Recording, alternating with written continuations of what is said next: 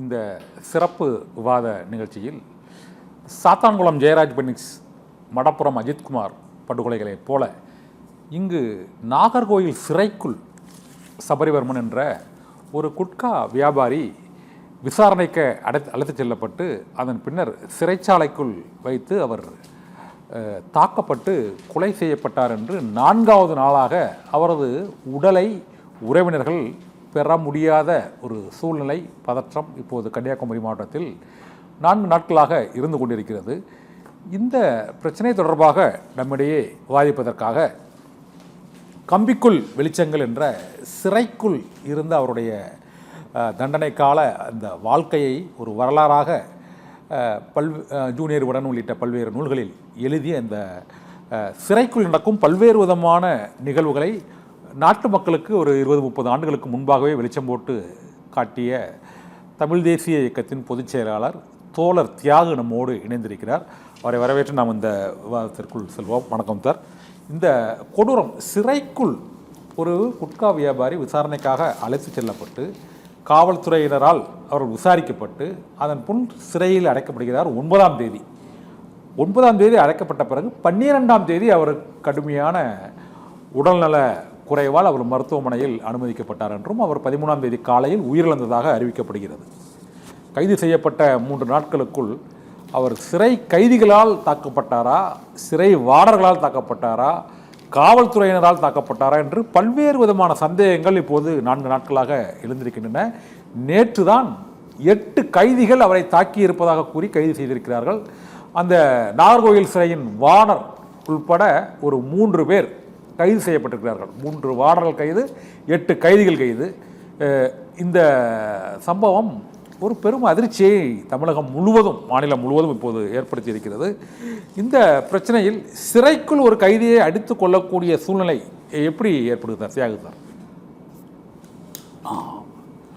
சிறைக்குள் அல்லது காவல் நிலையத்திற்குள் ஒரு வழக்கிற்காக சட்டப்படி கைது செய்யப்பட்டு அடைக்கப்படுறவங்க கொலை செய்யப்படுற நிகழ்ச்சிகள் பல இது நடந்திருக்கு.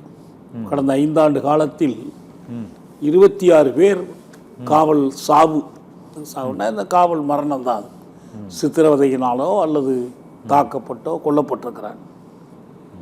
இப்போ இந்த புதுசாக ஒரு அரசாங்கம் பொறுப்பேற்றிருக்கிறதுனால தான் இது தனியாக இப்போ பேசப்படுது. ஆமாம், தவேக ஆட்சிக்கு இது முதல், ஏற்கனவே தொடர்ந்து நடந்துக்கிட்டு இருக்கிறது தான் இது. இப்போ இதன் மீது என்ன நடவடிக்கை எடுத்திருக்கிறாங்கங்கிறது தான். இது மாதிரி சம்பவங்கள் நடக்கவே கூடாதுன்னா நடக்கக்கூடாது. நீங்கள் கம்பிக்குள் வெளிச்சங்கள் குறிப்பிட்டீங்க. ஆமாம்.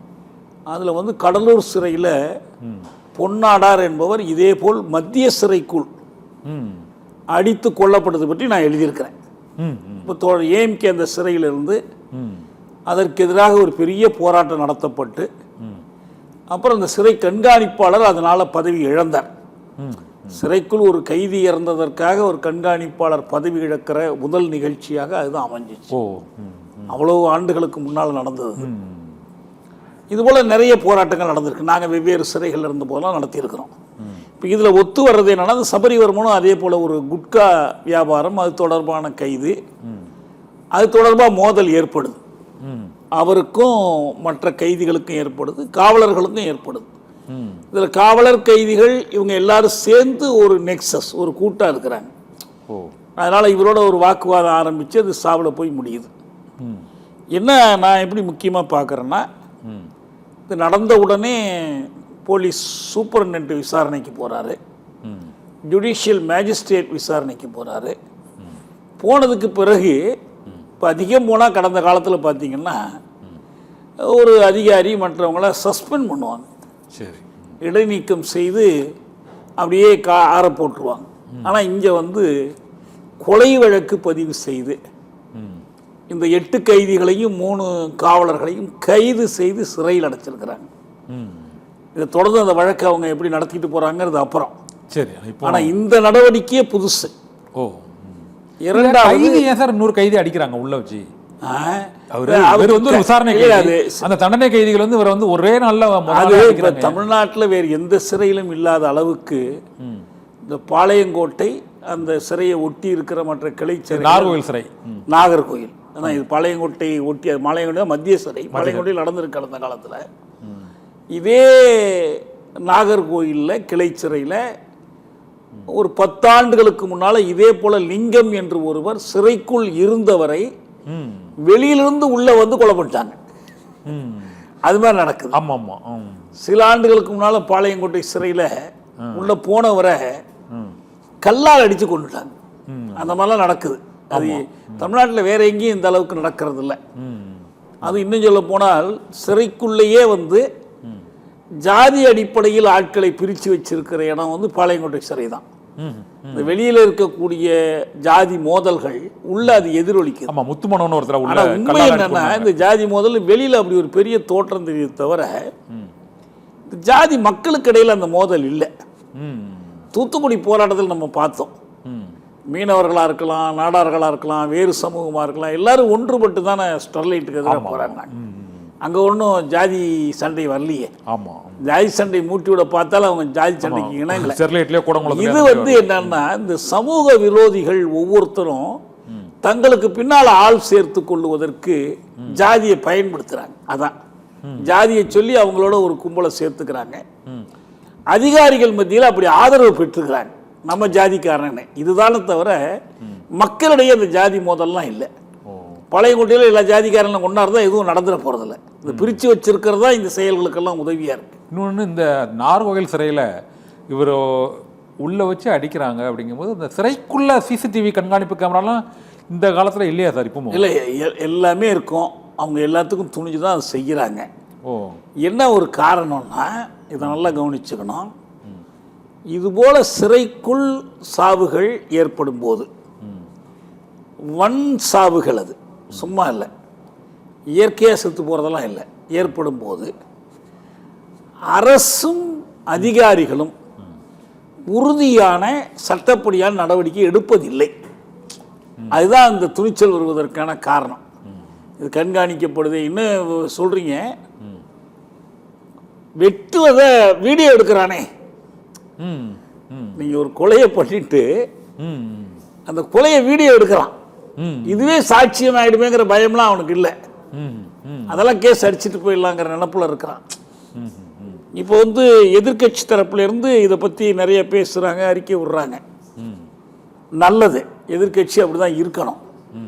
ஆனா இந்த 5 வருட காலத்தில் 26 காவல் சாவுகள் நடந்தன. எந்த சாவு குறித்தாவது நீதிமன்றம் தலையிடாமல் இது போன்ற நடவடிக்கை எடுத்திருக்கிறாங்களா? எடுத்ததே இல்லை.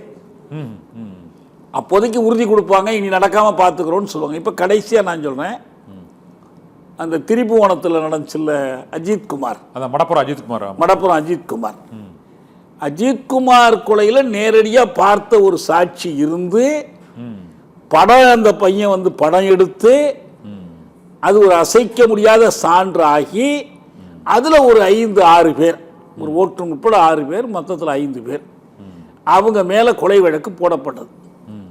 ஒரு கேள்வி இயல்பா என்ன இருக்கும்னா, அவங்க எல்லாருமே சாதாரண காவலர்கள். எந்த அதிகாரியின் ஆணைப்படி அதை அவர்கள் செய்தார்கள்? அந்த அதிகாரியை ஏன் கைது பண்ணல? கைது பண்ணலங்கிறது மட்டும் இல்ல, அந்த அதிகாரி தொடர்ந்து அடுத்த காவல் நிலையத்தில் போய் அவர் தலைமையில் இருக்கிறார். அங்கே இப்போ ஒரு சாவு நடக்குது. அதுவும் கடைசியா திமுக ஆட்சியில் கடைசியா நடந்தது. ஆகாஷ் டெலிசன்கிற ஒரு இளைஞர், அவர் அடித்து கொல்லப்படுறார். இது நீதிமன்றம் தலையிட்டு விசாரணை பண்ண சொல்லுது. விசாரணையில் என்னென்ன அதிகாரிகள் தான் இதை செய்தார்கள் என்று அவர்கள் பேரோடு கூடிய முதல் தகவல் அறிக்கை தாக்கல் செய்யப்பட்டிருக்கு. முதல் தகவல் அறிக்கை தாக்கல் செய்யப்பட்ட பிறகு உச்ச நீதிமன்றத்தில் வழக்கு இருந்தோம், அந்த அதிகாரிகள் யாரும் கைது செய்யப்படலை. கீழ்மட்டத்தில் இந்த கண் துடைப்பு நடவடிக்கையை கைது வார்டன் லெவலில் கைது பண்றாங்க. சூப்பரண்ட் லெவலில் தெரியாம எப்படி அடிச்சிருப்பாங்க. அவங்க மேலிடத்துல இருக்கிறவங்க, உத்தரவு போடுறவங்க, இதுக்கு அனுமதி கொடுக்கறவங்க யாருக்கு எதிராகவும் சட்ட நடவடிக்கை கிடையாது. அப்படி இருக்கிறதுனால தான் நீங்க சொல்றீங்க பாருங்க, எப்படி ஜெயிலுக்குள்ளேயே துணிங்க. நாங்க சிறைக்கு போன புதுசில் வேடிக்கையா சொல்லுவோம், ரொம்ப பாதுகாப்பான இடம்ப்பா, 10 வருஷமோ 15 வருஷமோ நமக்கு ஒன்றும் ஆபத்து இல்லை. வெளியில இருந்தோம்னா ஒரு சாலையில் விபத்து நடக்கும், ஒரு எதிரி வந்து குத்துருவான், ஒரு சண்டை வந்துடும், நோய் வந்தால் சிகிச்சை எடுத்துக்க முடியாது. அப்படிலாம் இல்லைப்பா ஜெயிலில். ஜெயில் வந்து ஒரு செக்யூரிட்டி ஏரியா, பாதுகாப்பான இடம். நீங்கள் வந்து அந்த வருஷங்களுக்கு உங்களுக்கு மருத்துவம் கிடைக்கும், உணவு கிடைக்கும், எல்லாம் கிடைக்கும். மணி அடித்தா சாப்பாடு, முளைச்சா மொட்டைன்னு இருக்கலாம். அதை தவிர வந்து உங்களுக்கு பாதுகாப்பாக. ஆனால் இப்போ என்ன வேடிக்கைன்னா சிறையும் பாதுகாப்பற்ற இடமா மாறுது. சிறைக்குள்ளேயே பூந்து கொலை பண்ணுறாங்க. இப்போ இது அது மாதிரியான ஒரு கொலை தான். இப்போ நம்ம கேட்குறது இதெல்லாம் தவிர்க்கப்படணுங்கிறதுக்கு வெறும் போலீஸ் துறையோ வெறும் ஒரு உள்துறை அமைச்சரோ முதலமைச்சரோ உத்தரவாதம் கொடுக்க முடியாது. அவங்க அப்படி கொடுக்கலாம், ஆனால் அது மாதிரி நடக்காது. ஏன்னா இது ஒவ்வொன்றும் பல காரணிகளால் நடக்குது. இல்லை, இந்த சபரிவர்மன் பார்த்தா முந்தின நாள் விசாரணை கூட்டு போகும்போது அவர் காவல் நிலையத்தில் உட்கார்ந்துருக்கிற அந்த வீடியோ வெளியாகுது. எல்லாம் ஆரோக்கியமாக உட்கார்ந்துருக்கிற இவர் ஒரு மாற்றுத்திறனாளி வேற. ஆமாம், இவர் ஒரு மாற்றுத்திறனாளி. மாற்றுத்திறனாளிகளை சிறையில் எப்படி நடத்தணுங்கிற சம்பந்தப்பட்ட நீதிமன்ற தீர்ப்புகள்லாம் இருக்கு. இல்லை, அவர் ஒரு விசாரணை கைதியாக கூட்டு போய் இந்த அவங்க தரப்பில் கொடுக்கக்கூடிய போலீஸ் தரப்பில் கொடுக்கக்கூடிய வாக்குமூலத்தில் என்ன சொல்கிறாங்கன்னா, இவரை ஒரு ஒரு செல்லில் அடைக்கிறாங்க. அதில் உள்ள இருந்த கைதிகளுக்கும் இவருக்கும் இடையே அந்த வாக்குவாதம் ஏற்படுது அப்படிங்கிறாங்க. இவரை ஒரு விசாரணை கைதி தொடக்கத்தில் அவங்க சொன்னது கூட மற்ற கைதிகள் இருந்தாங்க, அவங்களோட சண்டை வந்துடுச்சு அப்படின்னு சொல்ல. ஆனால் இப்போ விசாரணைக்கு பிறகு என்ன உறுதியாயிடுச்சுன்னா, காவலர்களும் அந்த கைதிகளும் சேர்ந்து தான் இந்த கொலையை பண்ணாங்க. வார்டன் அந்த ஜெயில வந்து அது காவலர் தான், நம்ம தமிழ்ல காவலர் தான். வார்டன் இல்ல, வார்டர்னு வார்டன். ஒரு தலைமை காவலர் இருக்கிறாரு, மற்ற காவலர்கள் இருக்கிறாங்க, ஒரு 3 காவலர்களும் இவங்களும் சேர்ந்து தான். ஏன்னா இப்போ நானே ஒரு வழக்கு உயர்நீதிமன்றம் இன்னொரு சந்தேகம், ஒரு கைதியை எதுக்கு ஒரு புதுசாக போகக்கூடிய ஒரு கைதியை இந்த காவலர்கள் சிறை காவலர்கள் எதுக்கு 3 பேர் சேர்ந்து கைதிகளோட சேர்ந்து அடிக்கணும்னா இன்னொருத்தர் யாரோ ஒருத்தர் சொல்லியிருக்கணும்ல சார்? காவல்துறை சார்பாக அவரை சொல்லி அடிக்க சொன்னாங்களா? அப்படி சொல்ற இவங்களுக்கு வந்து இந்த வியாபாரம் தொடர்பான மோதல் அவங்களுக்குள்ள ஏற்கனவே இருக்கு. நீங்க ஒரு புகழ்பெற்ற உச்சநீதிமன்ற தீர்ப்பு ஒன்று இருக்குது, வி.ஆர். கிருஷ்ணய்யர், தேசா எல்லாரும் கொடுத்த ஒரு தீர்ப்பு. அந்த தீர்ப்பு இதே போன்ற ஒன்று. திகார் சிறைக்குள்ளேயே, திகார் சிறையினுடைய ஒரு பிரிவில் ஒரு கைதி இந்த கஞ்சா வியாபாரத்தில் அவருக்கும் அதிகாரிகளுக்கும் மோதல் ஏற்படுது. அவரை அந்த அதிகாரிகள் பணம் கொடுக்கல் வாங்கல், கொண்டு கொடுத்தது காசு கொடுக்கலன்னு சொல்லி டார்ச்சர் பண்ணுறாங்க. ஆசன வாய்க்குள்ள ஒரு தடியில் மிளகாய் தூளை தடவி அதை நுழைத்து டார்ச்சர் பண்ணுறாங்க. இது கேள்விப்பட்டு தூக்கு தண்டனையில் இருக்கக்கூடிய இன்னொரு கைதி வி.ஆர். கிருஷ்ணய்யருக்கு ஒரு கடிதம் எழுதுகிறார், இந்த மாதிரி நடந்து போச்சுன்னு. அவர் தலையிட்டு அதுக்கு ஒரு கமிஷனர்லாம் அனுப்பி, அட்வொகேட் கமிஷனர்லாம் போட்டு விசாரித்து நடந்தது உண்மை, பிரேம்சந்த்னு அந்த கைதியோட பேர். சரி, அதில் நடவடிக்கை எடுத்து அவனை காப்பாற்றுறாங்கிறது மட்டும் இல்லை, இனிமேல் எதிர்காலத்தில் இது நடக்காமல் இருக்கிறதுக்கு என்னென்ன செய்யலாங்கிற வழிமுறைகளை பூரா கொடுத்தாங்க. இந்த அவங்க கொடுத்த அந்த வழிமுறைகள், புகார் பெட்டி வைக்கணும், மாவட்ட நடுவர் போய் வாரந்தோறும் அந்த புகார் பெட்டிகளை பார்வையிடணும், நிறைய கொடுத்தாங்க. இதில் எதையுமே செயல்படுத்துவதில்லை. இதை செயல்படுத்தணும் உடனடியான்னு சொல்லி நான் இந்த சென்னை உயர்நீதிமன்றத்தில் வழக்கு போட்டேன். நானே வழக்கறிஞராக போய் நான் நீதிமன்றத்தில் அந்த வழக்கில் நானே பார்ட்டியின் பர்சனாக வாதிட்டேன். சரி, அப்போ அரசு தரப்பில் எங்களுக்கு பதில் சொன்னாங்க, நாங்கள் ஐஜியையும் டிஐஜியையும் அடிக்கடி அனுப்புகிறோம், அவங்க வந்து இந்த பொட்டி வச்சு திறந்து பார்ப்பாங்கன்னா சொன்னாங்க. நான் சொன்னேன், நீங்கள் உச்சநீதிமன்ற தீர்ப்பை நல்லா படிங்க, இது பொட்டி வைக்கிறது திறக்கிறது பற்றிய பிரச்சனை இல்லை, நீதித்துறையின் கண்காணிப்பு இருக்கணும் சிறை மீதுங்கிறதா இங்கே பிரச்சனை. எங்களுக்கு ஐஜி டிஐஜி மேலே புகார் இருந்துச்சுன்னா நாங்கள் எழுதுறத வச்சு அவங்க என்ன பண்ண போகிறாங்க என்று கேட்டு அந்த நேரத்தில் உயர்நீதிமன்றம் அப்படி உத்தரவெல்லாம் கொடுத்தாங்க. இப்போ நான் என்ன சொல்ல வரேன்னா, இந்த சிறையில் சிறைப்படுத்தப்பட்டவர்களுடைய உரிமை பாதுகாப்பு தொடர்பாக காவல் நீதின்னு நாங்கள் சொல்லுவோம். ஒரு காவலில் இருக்கும் போதும் நீதி வேண்டும். அந்த கஸ்டோடியல் ஜஸ்டிஸ் அது தொடர்பாக இது போன்ற சம்பவங்கள் நடைபெறுவதை தவிர்க்க வேண்டும். மீறி நடந்தால் குற்றவாளிகள் தண்டிக்கப்பட வேண்டும் என்று சொன்னால் அதற்கு சிறை சட்டம், சிறை கையேடு இவை தவிர அடுக்கடுக்கான பல தீர்ப்புகள் இருக்கு. உச்ச நீதிமன்ற தீர்ப்புகள் இருக்கு, உயர் நீதிமன்ற தீர்ப்புகள் இருக்கு. இந்த தீர்ப்புகளை செயல்படுத்தினாலும் இதெல்லாம் நடக்காதுங்க. இப்போ விசாரணைக்கு ஜுடிஷியல் மேஜிஸ்ட்ரேட் போனார்னு வருதுல கொலைக்கு பிறகு. ஆமா, சத்தியமூர்த்தி போய் நான் என்ன கேட்கிறேன்னா, இதுக்கு முன்னால எப்ப அங்க போனார் அவர்? இந்த கொலைக்கு அப்புறம் தான் கிடையாது. அவர் மாதம் ஒரு முறையாவது போயிருப்பாரா? மாதம் ஒரு முறை போயிருப்பாரா? இல்லையே. அப்ப எதுக்கு நீதிமன்ற தீர்ப்புகள்லாம் கொடுக்குறாங்க? அந்த வேலையை அவங்க செய்யலன்னு அர்த்தம்.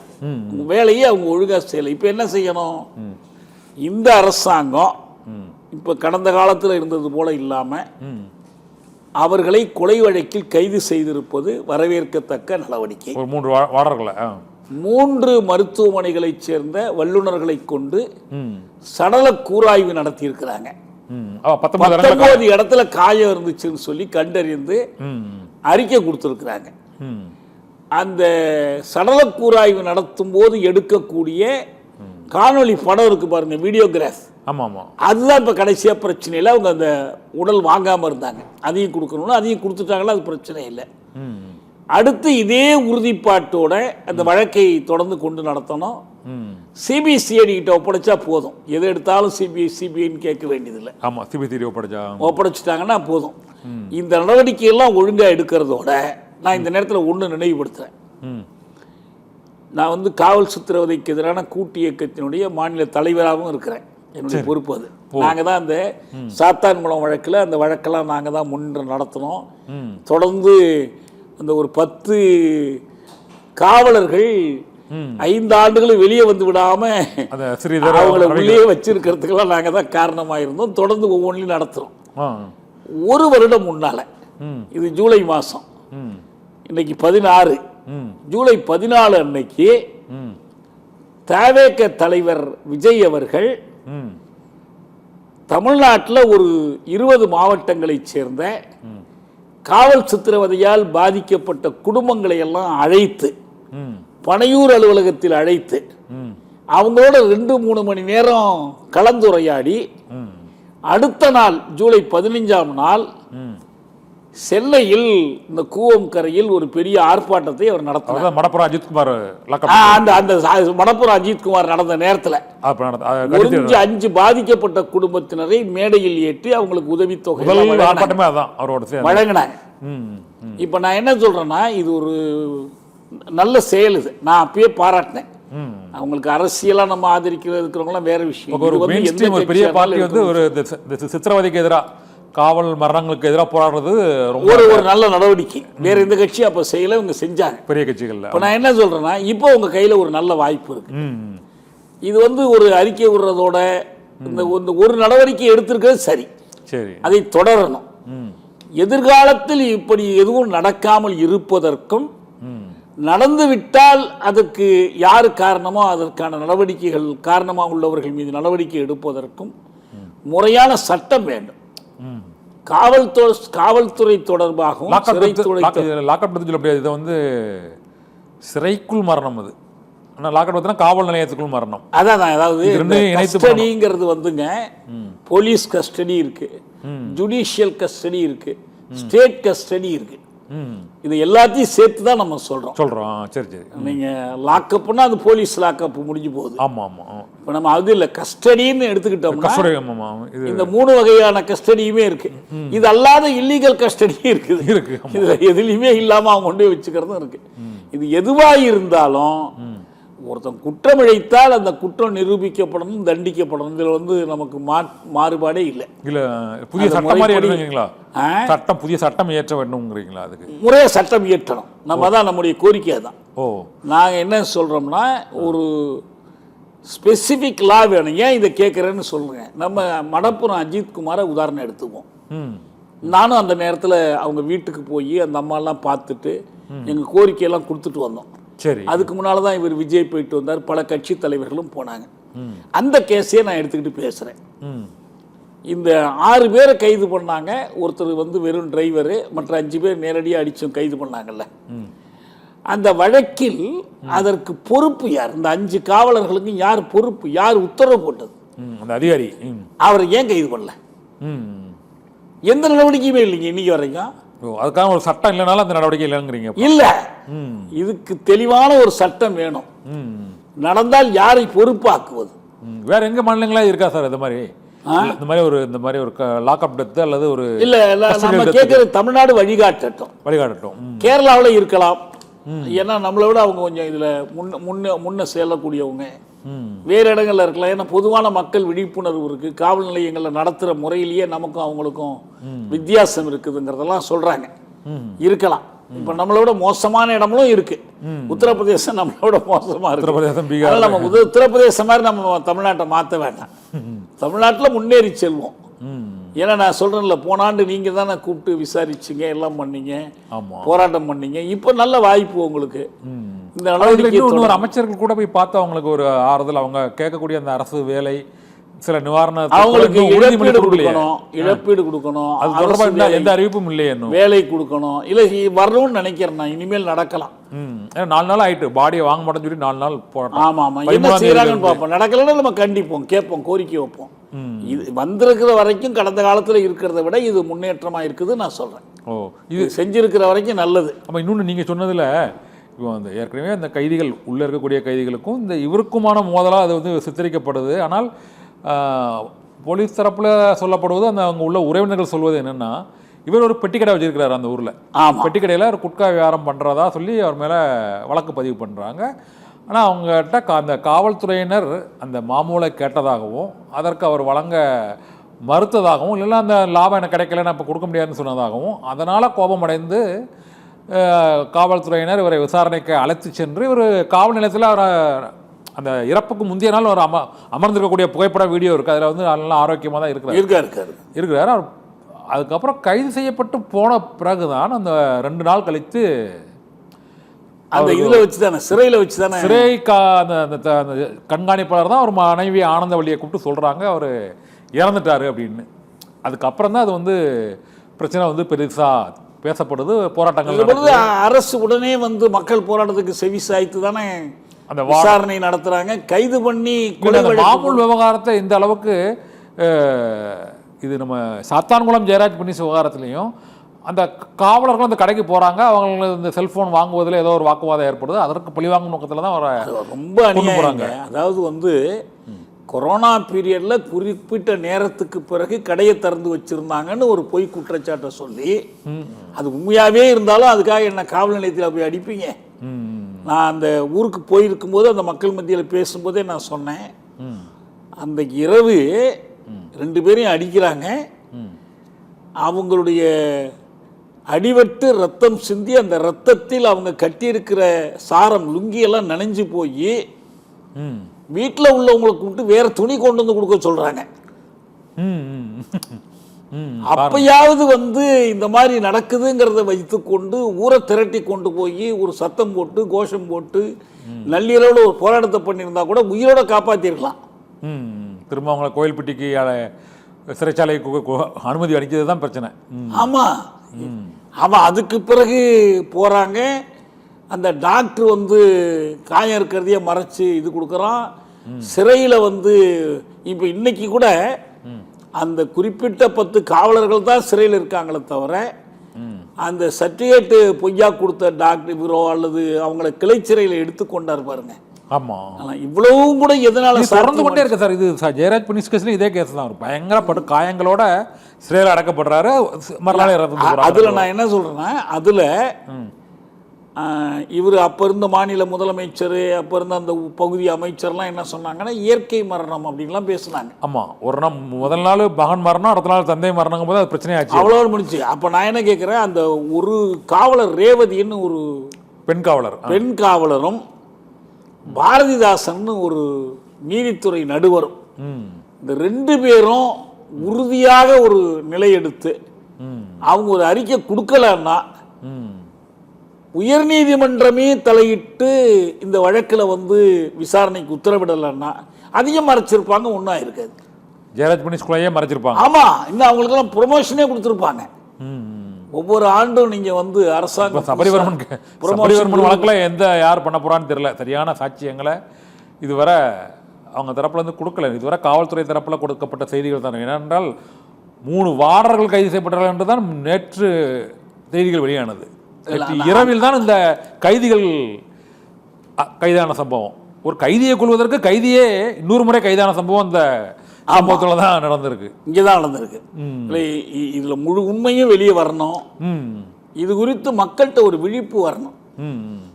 எது நடந்தாலும் இப்போ நாங்கள் வந்து காவல் சித்திரவதைக்கு எதிரான கூட்டு இயக்கம் சார்பில் தனி சட்டம் கேட்கறது மட்டும் இல்லை, ஒவ்வொரு காவல் நிலையத்திற்கும் ஒரு கண்காணிப்பு குழு அமைக்கணும்னு சொல்லி முயற்சி எடுக்கிறோம். இப்போ மாவட்ட அளவில் சில குழுக்கள் அமைத்திருக்கிறோம். ஒவ்வொரு காவல் நிலையத்திலையும் என்ன நடக்குதுங்கிறத கண்காணிப்பு. இப்படி நடந்தால் உடனே தலையிடு. கட்சியெல்லாம் இதில் எதுவும் கிடையாது. எல்லா தரப்பட்டவர்களும், அது வணிகர் சங்கம், தொழிலாளர் தொடர்ந்து கொண்டு இருக்க. இன்னைக்கு கூட புழல் சிறையில் பாலாஜின்னு இன்னொருத்தருக்கு குட்கா வியாபாரி இறந்திருக்காரு. இன்னைக்கு நேற்று 4 நாளைக்கு முன்னால் அவர் சபரிவர்மன், இன்னைக்கு பாலாஜின்னு இன்னொருத்தர் இறந்திருக்கிறாரு.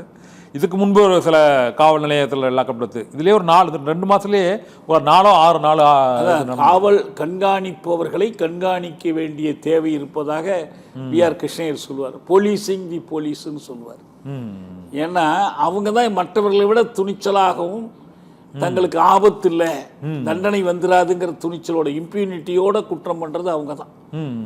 அது மாறணும்னா அவங்களுக்கு இப்படி செஞ்சால் என்ன வரும்? இப்போ நான் வேடிக்கையாக சொல்லுவேன், நாங்கள்லாம் சிறைக்கு போகிற புதுசில் நான் வந்து 70 சிறைக்கு போகிறேன். அப்போ எல்லாம் என்ன சொல்லுவாங்கன்னா, கைதி செத்தா காக்கா செத்த மாதிரின்னு சொல்லுவான்.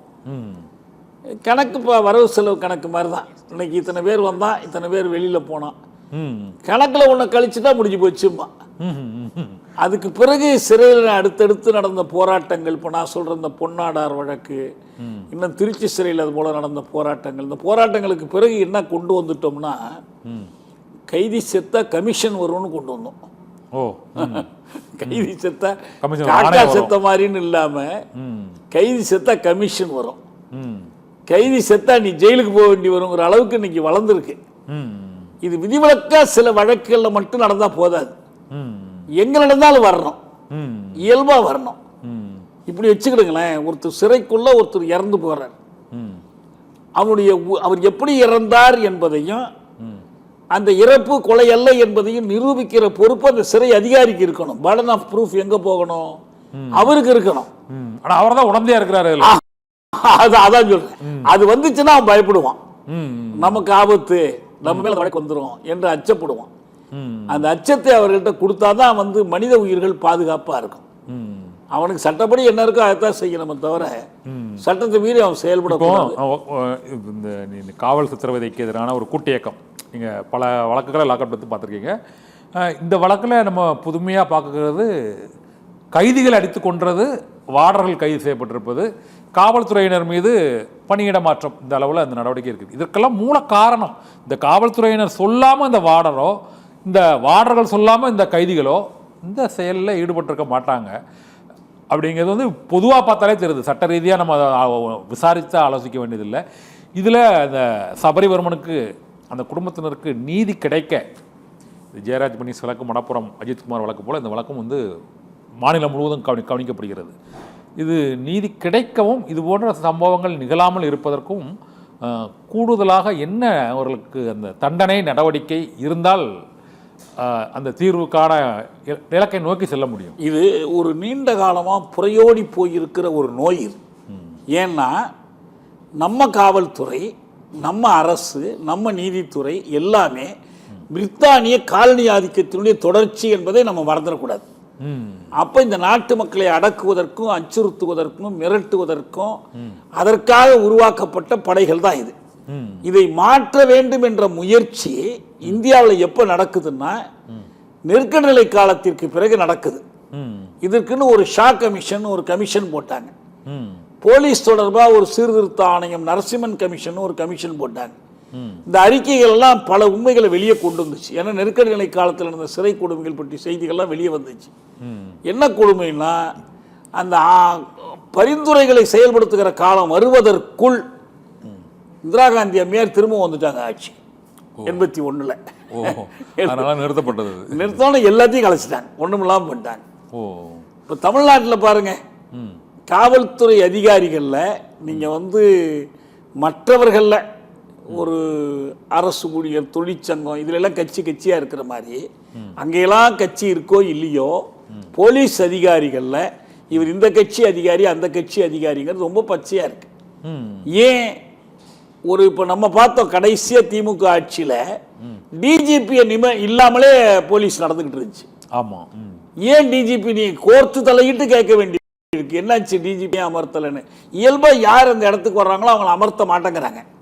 நமக்கு வேண்டிய ஒரு ஆள் வர்ற வரைக்கும் காத்திருக்கணும். அவங்களுக்குள்ள போட்டி, அதிகார போட்டி. இது ஒவ்வொரு ஆட்சி வரும்போதும் அந்த கட்சிக்கு சாதகமான போலீஸை கொண்டு வந்து போடுறது இது டெய்லி நடந்துகிட்டு இருக்கு. இதெல்லாம் பார்த்துக்கிட்டு இருக்கிறோம். ஆக அடிப்படையான சீர்திருத்தங்கள் இதுல உருவாகணும். இந்த உருவாகணுங்கிறதுக்கான அழுத்தம் யார்கிட்ட இருந்து வரணும்னா மக்கள்கிட்ட இருந்து தான் வரணும். இப்போ நாங்கள்லாம் வந்து சிறையில் இந்த கொடுமைகளை அனுபவித்து தான் அதற்கு எதிரான போராட்டங்களில் பயிற்றுவிக்கப்பட்டு இப்போ வெளியில் வந்ததற்கு பிறகும் நம்ம தொடர்ந்து அந்த இயக்கங்களில் ஈடுபடுறோம். இப்போ நான் சொல்கிற அந்த நிகழ்ச்சி ஓராண்டு முன்னால் விஜய் அவர்கள் எல்லாரையும் பாதிக்கப்பட்ட குடும்பங்களை சந்திச்சாங்க. மடப்புராஜத்துக்கு போராட்டம் பண்ணாரு. எங்கள் சார்பில் ஒருத்தர் அதில் போய் கலந்துக்கிட்டார். சரி, அதனால தான் எனக்கு நல்லா தெரியும். சரி, அவர் யார்ட்டையும் அறிவிச்சுக்கல. எங்கள் சார்பில் ஒருத்தர் போய் கலந்துக்கிட்டார். இப்போ என்ன செய்யணும்னு எங்களோட கலந்து பேசினா நாங்கள் நல்லா திட்டம் சொல்லுவோம். நாங்கள் தான் ஒன்று சொல்கிறோம்ல, ஒரு புதிய சட்டம், காவல் சித்திரவதைகளை தடுப்பதற்கும் தண்டிப்பதற்குமான சிறப்பு சட்டம் ஒன்றை இயற்றுங்கள். என்னென்னத்துக்கோ வெள்ளை அறிக்கை விடுறீங்களே, 5 வருடம் வேணாம் 10 வருடம் எடுத்துக்கோம். 10 ஆண்டு காலத்தில் தமிழ்நாட்டு சிறைகள், தமிழ்நாட்டு காவல் நிலையங்களில் நடந்திருக்கக்கூடிய சட்ட மீறல்கள், முறைகேடுகள், இதை பற்றி ஒரு வெள்ளை அறிக்கை கொடுங்க. நீங்க எழுதுறதுக்கே கஷ்டம் இல்லை, ஏன்னா எல்லாம் நாங்க எழுதி வச்சிருக்கீங்க, ஆவணமாக்கி வச்சிருக்கிறோம். நீங்க அதுல உண்மை இருக்குன்னு கருதுனீங்கன்னா நீங்க அதை சொல்லுங்க. இல்ல பொய் இருக்குன்னா நீங்க வேற சொல்லுங்க. எதுவுமே நடக்கலன்னு யாரும் சொல்ல முடியாது. சைலேந்திர பாபுவினுடைய 41 கட்டளைகள்னு ஒரு SOPயே வந்துச்சு, ஸ்டாண்டர்ட் ஆபரேட்டிங் ப்ரொசீஜர்ஸ்னு கொடுத்தாரு அவர். ஏன்னா அடுத்தடுத்து காவல் மரணங்கள் நடக்கும் போது நம்ம அப்ப இருந்த தமிழக முதல்வர் உறுதிமொழி கொடுத்து இனிமேல் இப்படி நடக்காம பார்த்துக்கிறோம் அப்படின்னு சொன்னாங்க. இந்த காவல் நிலையங்கள்ல கழிப்பறைகள் எல்லாம் வழுக்கி விழுந்து கால் ஒடிக்கிற கழிப்பறைகளா இருந்துச்செல்லாம் நமக்கு தெரியும் தானே. இப்பவும் இருக்கு, இப்பவும் கூட இருக்கு அந்த மூலச்சி வழக்குல. இதெல்லாம் என்ன என்ன என்ன என்ன விதமான சட்டம், என்ன விதமான நடைமுறை இது? அதனால சட்டத்தை காக்கிற இடங்கள், சட்டத்தை நடைமுறைப்படுத்துகிற இடங்கள், சட்டத்தை மீறுகிற இடங்களா இருக்கக்கூடாது, இருக்க முடியாது. அதுதான் நம்ம சொல்றது. Okay sir. அதனால அது மாதிரி ஒரு முயற்சி அரசு எடுத்தால் நம்ம ஒத்துழைக்க தயாரா இருக்கும். ஓகே, மிக்க நன்றி சார்.